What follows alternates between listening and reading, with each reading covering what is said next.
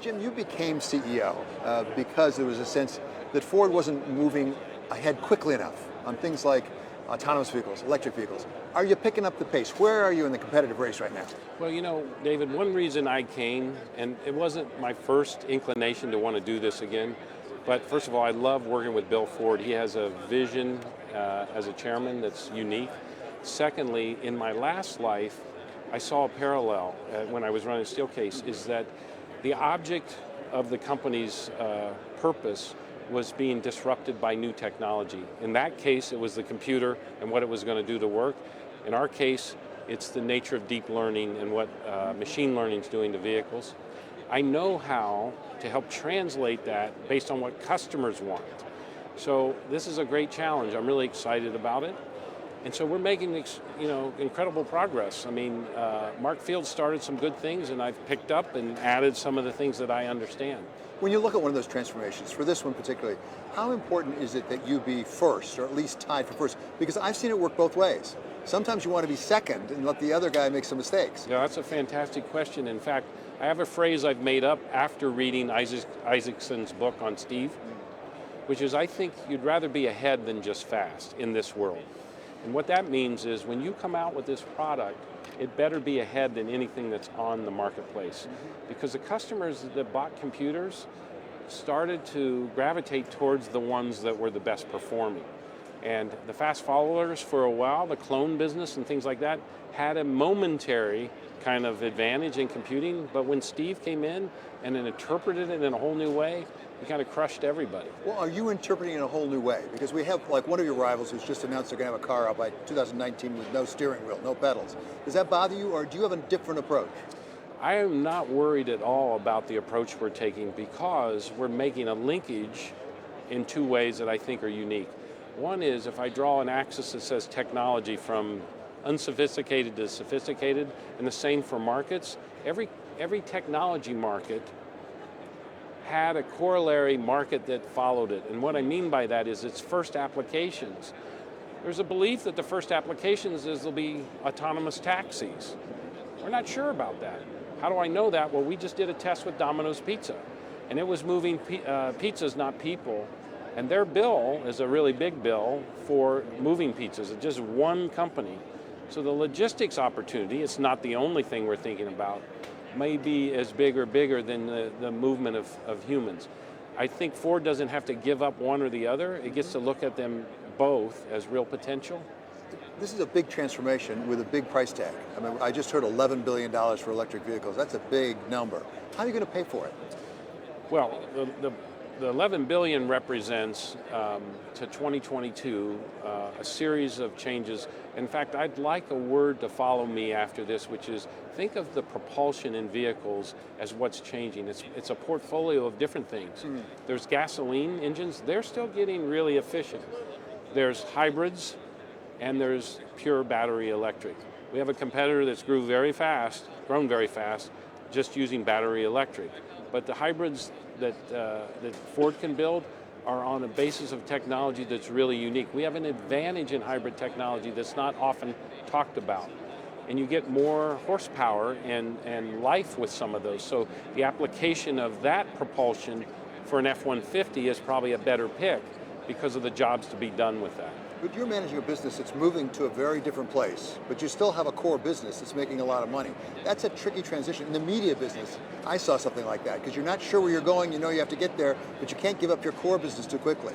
So how do you pay for that huge investment that you're going to be making with your core business? Well, there's a really good way to handle that, and a lot of CEOs that I have so much respect for made sure that the core business was extremely fit. And it's a gift that my football coach gave me, which was you either get better or you get worse, you don't stay the same. So Ford's fitness is something that we're working on in a way that's not press-worthy, but we have 6 work streams in areas where the time to deliver a vehicle is going to get substantially faster. The benefits from that help you fund not only better earnings, but some of these investments that you're hearing me talk about. So this $11 billion bill for electrification, that's all going to come from internal earnings.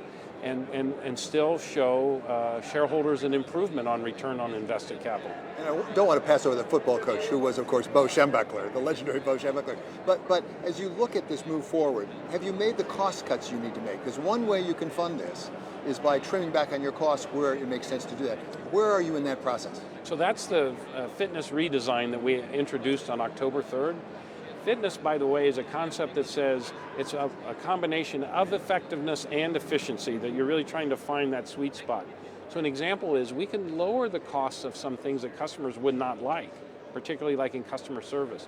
But can we improve the effectiveness so we don't have kind of compensating processes that are adding burden and cost to the system? So I have found a lot of opportunities in this 115-year-old company for fitness improvement. And my team has really laid into this. I mean, I'm really excited about the way they've attacked this. And we're beginning to dimension that in our future financial conferences. We're going to tell the street, what can you expect from these fitness improvements at Ford Motor Company? Is some of that geographic? Again, you have a competitor who are taking a look around the world saying, you know what, we have not made money in this area for a long time. It's not going to work, we're going to get out of it. Would Ford consider that in some geographic areas? That is part of the review that I took, David, which was under the question of where to play and how to win. Really everything was on the table, and we have to play to win. And so there are markets where if we're not winning and we don't have a where to play, then we should be exiting them. But right now, the opportunity is in the categories that have to do with enterprise systems that support these factories. We have 89 facilities around the world, enormous use of capital, floor space reduction possible there, using 3D printing to speed up cycle times. We can change by using information the way we pose and pause the flows with our suppliers. Believe it or not, as well developed as the auto industry has gotten, I had experiences in other industry where things move faster.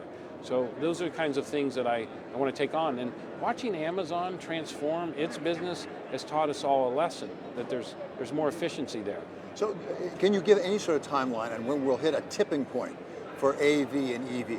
I mean, when will that come? Is it 3 years? Is it 5 years? Is it longer than that? Well, all I do is quote Bill Gates, who said, you really overestimate the arrival and underestimate the impact. So I really believe that. I think that the impact is like once in a lifetime history. Bill and I talked when I took the job.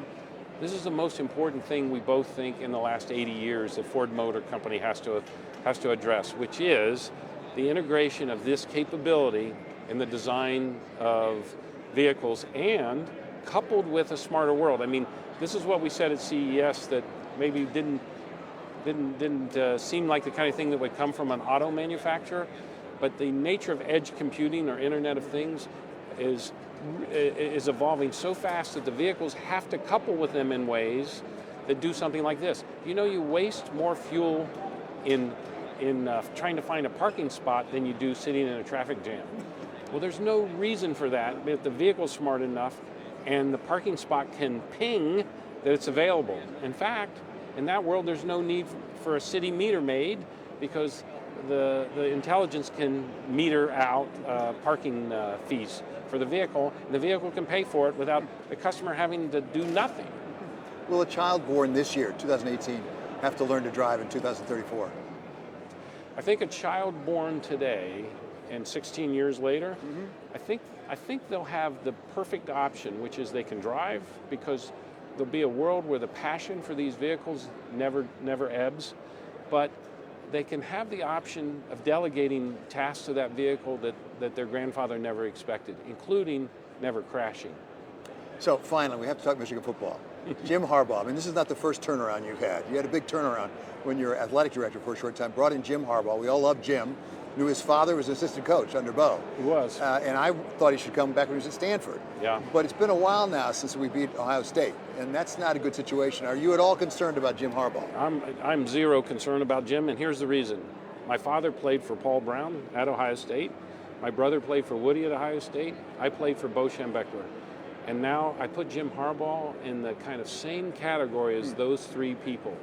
He's an innovator of the highest order, and secondly, he really understands coaching. And you know what? We had a very young team. This is something that we expected.